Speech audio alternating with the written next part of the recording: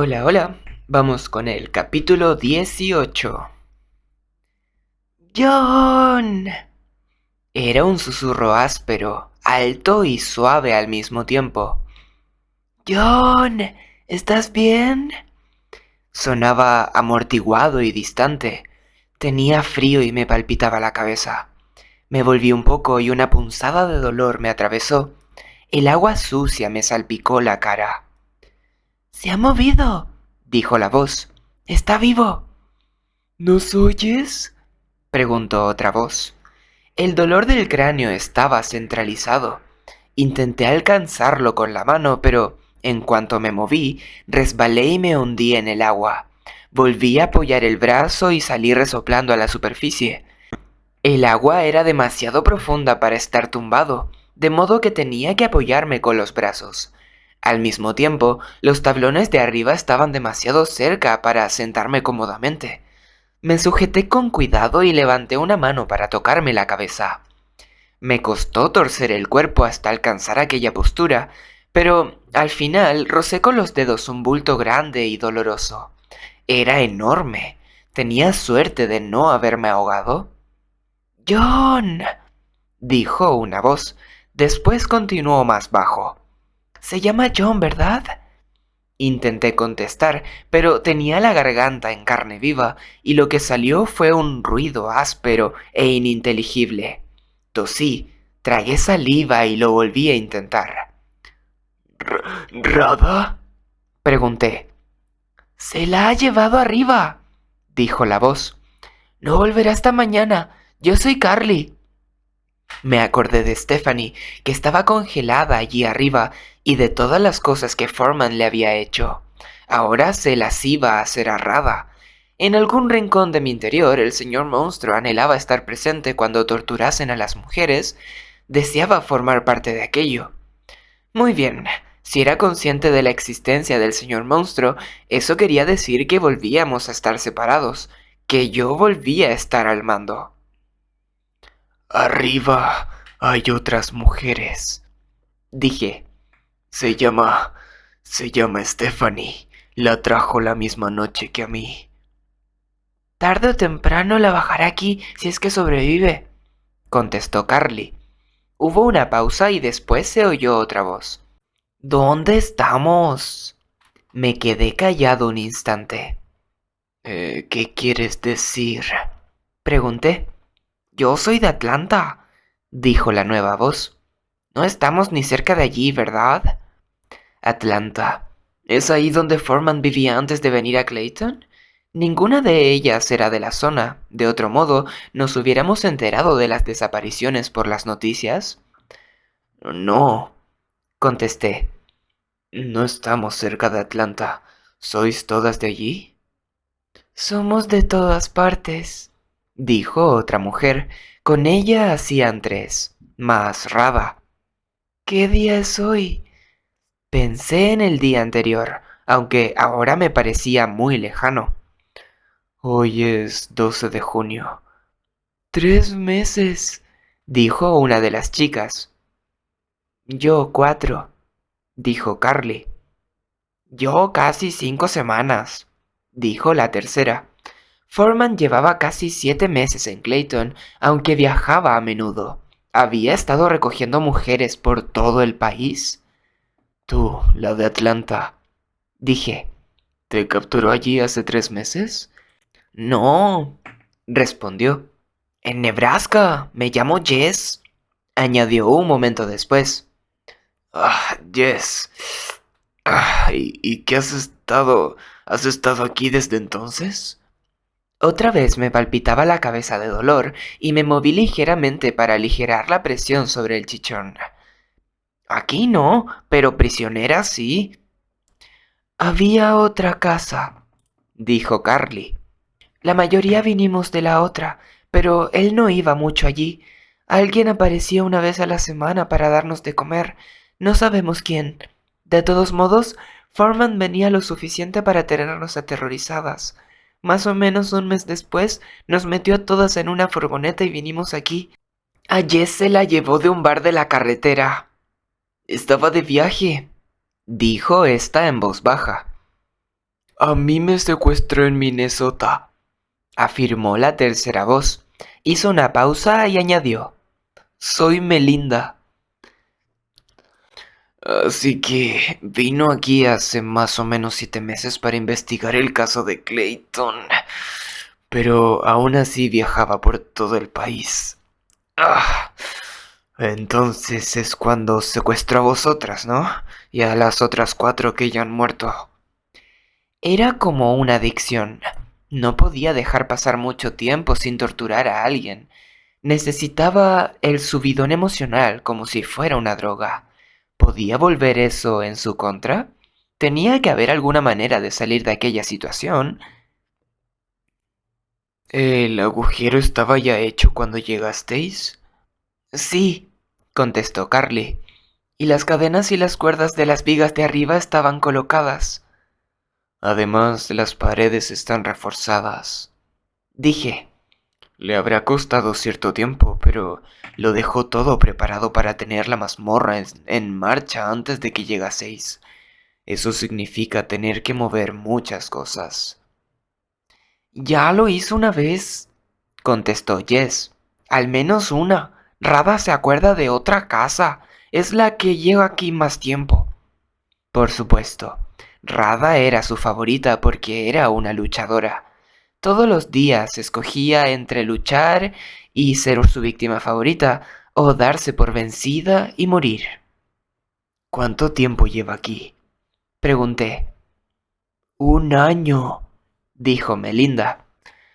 1 año.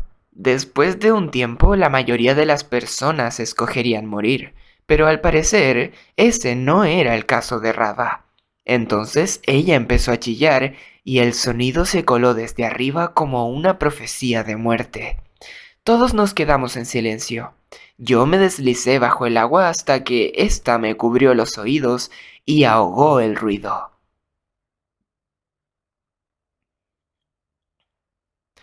El agua era maloliente y aceitosa. Seguramente allí habían estado varios prisioneros y no parecía que Foreman hubiese limpiado el agujero jamás. Cuando sentí la necesidad de hacer pis, aguanté todo el tiempo que pude, pero al final no tuve más opción que dejarme ir. El agua se calentó y al final dejé de tiritar. Entré en un estado de duermevela, aunque, incluso mientras dormía, era consciente de mi cabeza, mis brazos y la superficie del agua. Intenté girar el cuerpo, colocarme en un ángulo determinado o hacer presión contra las tablas de arriba, pero eran demasiado pesadas como para moverlas. Seguramente los barriles estaban llenos de tierra o de agua. Acabé colocado en posición perpendicular a una de las paredes, con la cabeza encajada contra un lateral y los brazos cruzados por debajo. Con los puños puestos uno encima del otro, podía mantener la cara fuera del agua. Me quedé quieto, respirando poco a poco, prácticamente inconsciente. No había comido ni bebido nada desde la cita con Brooke, y, después de horas tumbado en el agujero, el hambre me hizo sentir débil y enfermo, y tenía tanta sed que apenas podía tragar nada. No había otra cosa para beber más que el agua en la que estaba tumbado, así que di un trago tímidamente e intenté dormir.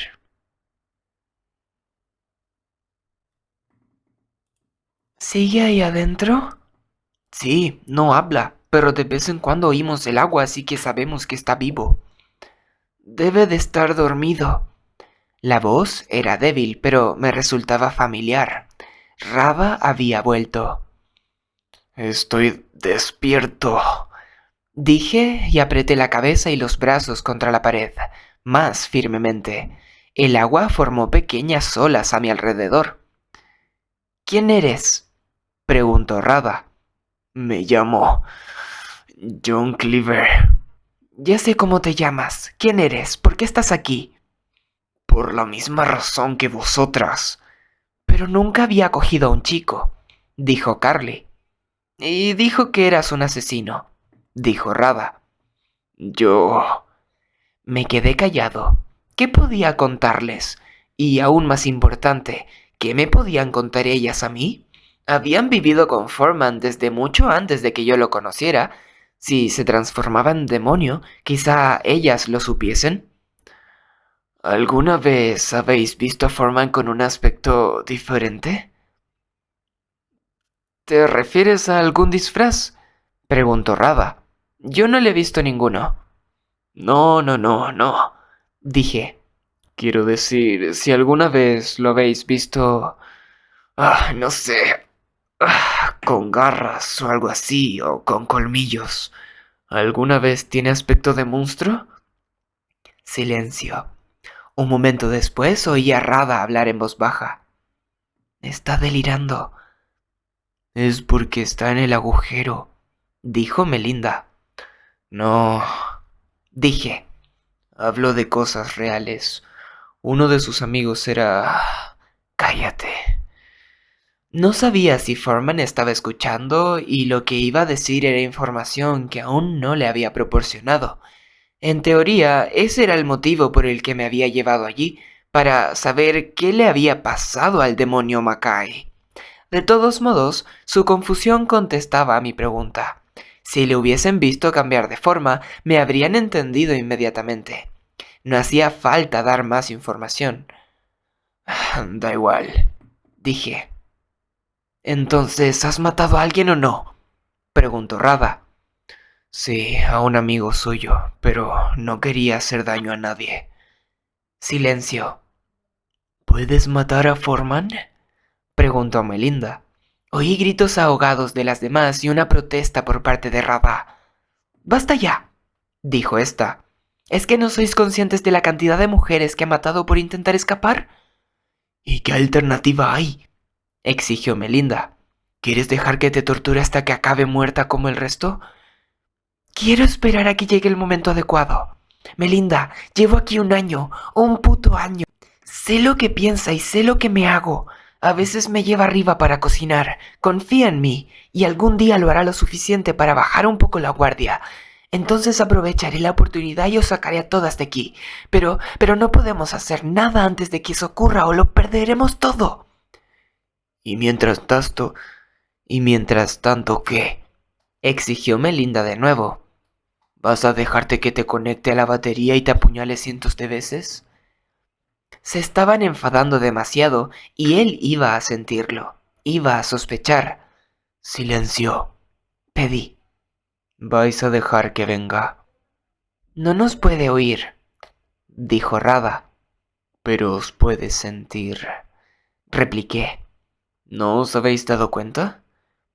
Eso es lo que has dicho antes, dijo Carly. ¿A qué te refieres? Foreman es como... Ay, ¿cómo explicarlo? Es como un vacío emocional. Cualquier cosa que tú sientas, él también lo siente. Por eso se asusta tanto cuando él os da miedo y por eso siempre sabe lo que está pasando aquí abajo. Si te saco de aquí, ¿podrías matarlo?, preguntó a Melinda. Vacilé un instante. No lo sé, podría ser más fuerte de lo que creemos. Quizá tenga otros poderes además de los de las emociones. Colmillos y garras, como acabo de decir. Los engranajes daban vueltas en mi cabeza y conectaban ideas. Empecé a urdir un plan. A lo mejor podemos darle una sorpresa. ¿Qué sorpresa?, preguntó Jess. ¿De verdad puedes sacarme de aquí? Desde aquí prácticamente puedo tocar los barriles, respondió Melinda, y oí cómo su cadena se arrastraba por el suelo. Seguramente podría mover uno de ellos lo suficiente para que tú puedas mover el tablón. Con eso bastaría. Podía salir por poco hueco que tuviera, esconderme y esperar a que volviese a bajar. Pero si notaba algo fuera de lo habitual, esperanza, excitación o expectativa, sabría que estábamos tramando algo. Probablemente yo podría conseguir ocultar mis sentimientos, pero las chicas también debían hacer lo mismo. Pensad todas en vuestros familiares, les dije. Concentraos mucho en lo que echáis de menos y en el tiempo en el que no los veis. Cualquier cosa que os ponga tristes. Sé que suena horrible, pero tenemos que estar tristes. No nos hagáis caso ni a Melinda ni a mí. Únicamente intentad por todos los medios sentir mucha tristeza. Pero, ¿qué es lo que vas a hacer? Preguntó Jess. Primero, la tristeza. Respondí. Tenéis que confiar en mí. Silencio. Por favor, supliqué. Hubo una larga pausa y al final habló Rada. Lo haremos, pero cuando se dé cuenta de lo que hacemos, se lo contaré todo. No voy a poner en peligro la confianza que me he ganado. Vale, dije. Melinda, vamos allá, pero no pienses en lo que haces. Solo ponte triste. Volví a oír el ruido de las cadenas y después algo por encima de mí. Suaves golpecitos, un chirrido y algo que se arrastraba. Y por último, el sonido grave del barril arrastrándose sobre la madera. No se movió mucho, solo un poco. No va a funcionar, me dije a mí mismo procurando no hacerme ilusiones. No volveré a ver a Brooke ni a mi familia. Será mayor, conseguirá un trabajo en el aserradero, se casará con Rob Anders y él le pegará todas las noches. Sentí que me estaba enfadando, así que bajé un poco el tono. No se casará con Rob porque morirá joven. Le atropellará un coche en un accidente muy extraño. Joven e inocente, esparcida por toda la carretera. El barril se movió un poco más. Lauren también morirá y Margaret, pero mamá no. Ella seguirá viviendo durante décadas y envejecerá sola. De hecho, seguramente las otras dos fallecerán por su culpa y ella no se lo perdonará jamás. Paré. Aquello no funcionaba. Todas esas cosas eran muy tristes, pero a mí no me afectaban. ¿Por qué no? Porque las cosas malas que les pasaban a los demás no me preocupaban. ¿Para algo era un sociópata? Oí que una de las chicas estaba llorando. No distinguía cuál. ¿Cuánto faltaba? ¿Cuánto tiempo más iba a tardar? El barril se arrastró un poco más y un momento después el agujero se inundó de la luz que entraba por los tablones. No se trataba de un hueco entre dos tablones que hubiese quedado al descubierto al mover el barril, sino de una larga línea que recorría toda la madera. Alguien había encendido la luz. Foreman estaba en casa. Qué interesante, dijo este en voz tan baja que casi no podía ni oírle. Estaba lejos, pero poco a poco su voz fue adquiriendo volumen y supuse que estaba bajando las escaleras. Un grupo de personas asustadas, enfadadas y desesperadas de pronto se ponen tristes. Verdaderamente abatido, ¿eh? Y además en un periquete. ¿Creíais que no me iba a dar cuenta de algo así? Las mujeres estaban en silencio. Y ahora resulta que alguien ha intentado destapar el agujero, dijo Foreman, que ya estaba mucho más cerca. Eso tiene en cuenta que todas sabéis, y si no recuerdo mal, lo sabéis muy bien, que no tenéis permiso para destapar el agujero, ¿no es así? Silencio. Así que supongo que si una de vosotras estaba tocando el agujero es porque quiere estar dentro, ¿no? Permíteme que te ayude a satisfacer ese deseo. Se oyó un estruendo por encima de mí, y después otro y otro. Fuera barriles. Foreman apartó los tablones a un puntapié. La luz inundó el agujero y me cegó. Cerré los ojos con fuerza. Sal de ahí, John, dijo Foreman. Uno de los juguetes se ha ofrecido a ocupar tu puesto, y me imagino que también quiere un poquito de esto que tengo para ella. Me obligué a abrir los ojos y lo vi de pie junto a la pared con el cable de un alargador en la mano. El enchufe había sido arrancado a los dos cables, pelados y separados. En el extremo había 10 o 12 centímetros de cobre desnudo. Hizo que las puntas se tocaran y saltó una chispa. Ya sabéis lo divertido que es cuando os pongo en las cadenas, dijo volviéndose hacia las chicas. Imaginaos lo divertido que será en el agua. Me levanté poco a poco, agarrándome al borde. Tenía las piernas entumecidas y doloridas.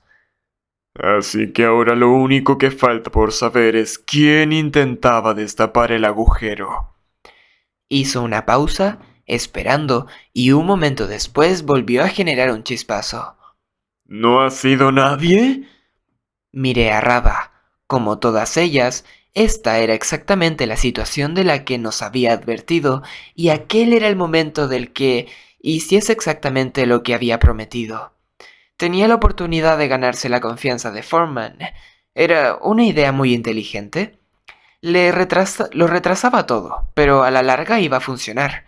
Podía ser libre. Rada me devolvió la mirada con sus penetrantes ojos claros. Aguantó un instante y giró la cabeza ligeramente para que el pelo le tapase la cara y así Foreman no viera su rostro. Me fijé bien. Estaba diciendo, no cedas nunca. Se volvió hacia Foreman. He sido yo, dijo. ¿Perdona? Lo siento, replicó. Quiero decir que he sido yo, retrasado malnacido.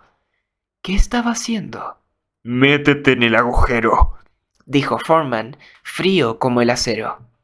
Por supuesto, dijo Rada. Deja que me quite las cadenas y estaré allí en un momento. Buena idea. ¿Era idiota o qué? Se estaba enfadando, incluso más de lo habitual, y eso lo obligaba a él a enfadarse también. Pero, ¿por qué? ¿No tenía sentido? John, fuera. Dijo. Tiró los cables al suelo y pasó por delante de mí como una exhalación. Rada se preparó para pelear, pero él la golpeó sin ningún esfuerzo. Le dio un manotazo en la cara que la tiró al suelo.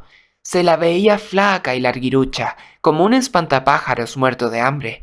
Foreman sacó las llaves, desató las cadenas de la tubería y la usó para arrastrar a Rada hasta el agujero. John, he dicho que salgas del agujero. Me tambaleé subiendo y caí sobre el cemento sucio. Estaba empapado y tiritando. Foreman tiró a Rada adentro y se puso a colocar los tablones encima mientras sujetaba la larga cadena con el pie. John, coge los barriles. No. Sacó la pistola y me disparó a los pies. Erró el tiro por unos centímetros. He dicho que cojas los barriles. Los 3 barriles eran pequeños pero pesados y seguramente estaban llenos de tierra.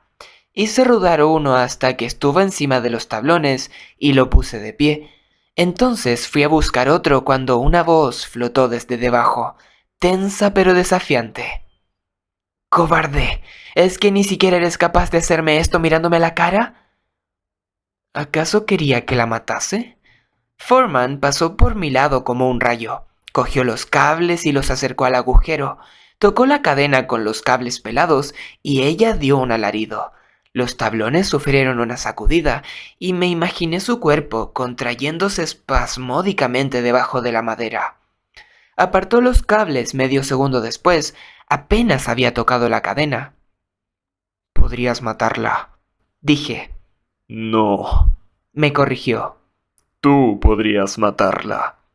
Sujetó los cables en alto y me hizo un gesto para que me acercase. A Rada le faltaba el aire e intentaba dar bocanadas. Después se puso a insultar a gritos a Foreman. No. Dije. Él le dio otra descarga y el grito se interrumpió con una gárgara al tiempo que ella se hundía por debajo de la superficie del agua. Los tablones se movieron.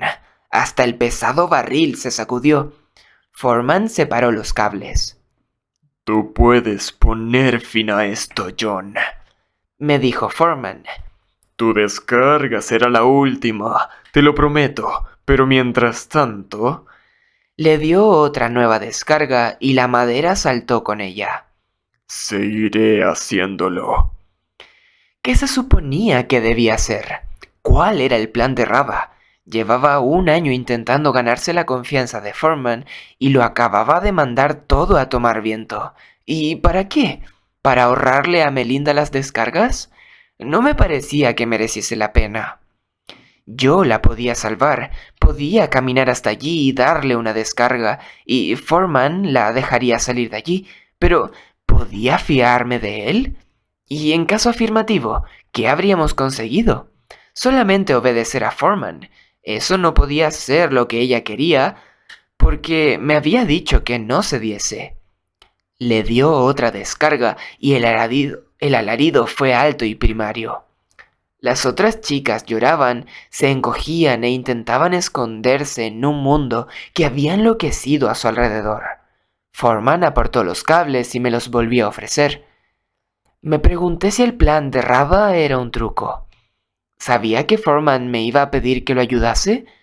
Consideré si todo aquello estaba pensado para proporcionarme un arma, para que pudiese echarle una mano al cable y atacarlo. Pero era imposible que ella supiese lo que iba a ocurrir, ¿no? Todo lo que ella sabía era lo que yo mismo le había dicho, que era un asesino y que no quería serlo. No cedas nunca. Por lo tanto, no di mi brazo a torcer. No lo voy a hacer. ¿Estás seguro? Preguntó. No lo haré. Vete al infierno, Foreman, dijo Rada, su voz salvaje pero débil. Tú primero, Dijo él y tocó la cadena con los cables. Ella volvió a chillar y los tablones que cubrían el agujero sufrieron una sacudida. Temblaron, vibraron. Aquella vez Foreman no apartó los cables, sino que los dejó pegados a la cadena y observó la conmoción. Corrí hacia allí, pero levantó la pistola con una mano, mientras con la otra mantenía los cables en su sitio. Las otras 3 mujeres gritaban y yo me quedé mirando con impotencia. Estábamos todos en pleno ataque de pánico, pero la expresión de Foreman era de cólera. Rada lo llenaba de una rabia que él recibía con los brazos abiertos. Y entonces los tablones dejaron de vibrar repentinamente y la rabia de Rada desapareció. El cambio físico fue visible. Los músculos del rostro y del cuerpo de Foreman, que había estado tan tenso y enfadado, se suavizaron para volver a tensarse, esta vez de miedo. En lugar de encorvarse sobre la cadena e inclinarse hacia adelante como un depredador, se echó hacia atrás con los ojos bien abiertos, horrorizado. Su respiración se aceleró y de pronto soltó los cables, se agarró el pecho y tragó saliva. Estaba sudando. Aún agachado, se alejó un poco y después intentó ponerse en pie y correr, pero le fallaron las piernas. Se arrastró hacia donde estaban las chicas, como si buscase refugio, pero ellas se asustaron aún más y se apartaron. Foreman aulló. Era el grito de un animal aterrorizado y se acurrucó en posición fetal. Cerca de él, la pistola yacía abandonada en el suelo. Estaba completamente indefenso. Este era el plan de Rada. Ya me había dicho que cada vez que mataba a una de ellas, él se desmoronaba. Las emociones del resto de las mujeres y las de la propia víctima en el momento de morir eran demasiado para soportarlo. Nunca había tenido la oportunidad de aprovecharse de ello porque siempre habían estado encadenadas, pero yo estaba libre. Se había sacrificado para ponerlo en aquella situación, para darme la oportunidad de terminar con él. Los cables estaban más cerca que la pistola, tan solo a unos pasos. Los cogí rápidamente con cuidado, tocando únicamente el plástico y caminé hacia Foreman. Los alaridos se calmaron. Sentía mi claridad. Estaba apartando el miedo de las mujeres y rehaciéndose. Yo no disponía de mucho tiempo. Recorrí la distancia que nos separaba a toda prisa y salté con los cables en las manos. Pero en el último momento, en el último instante, alzó las manos y me agarró por la muñeca. ¿Cómo pudo ser tan rápido? Luché por hacer bajar los cables, tocarlo con el metal desnudo en cualquier parte de su cuerpo, pero era demasiado fuerte. Poco a poco recuperó la claridad y la determinación y empezó a doblarme los brazos hacia atrás. Creí que iba a intentarme tocar con los cables, pero en lugar de eso, empujaba hacia los lados. No quería que me tocasen porque él estaba en contacto conmigo y yo estaba empapado. Si la corriente pasaba a través de mí, también le daría una descarga a él. Foreman estaba evitando que pasase eso, lo que significaba que le dolería si sucedía. Y si eso dolía, yo quería hacerlo. No cedas nunca, dije y cambié la dirección de mis manos para acercarlas a mi propio cuerpo en lugar de acercarlas hacia él. Un relámpago blanco me atravesó. Todos los músculos de mi cuerpo ululaban, se contraían y quemaban. Y de pronto, todo se volvió negrura.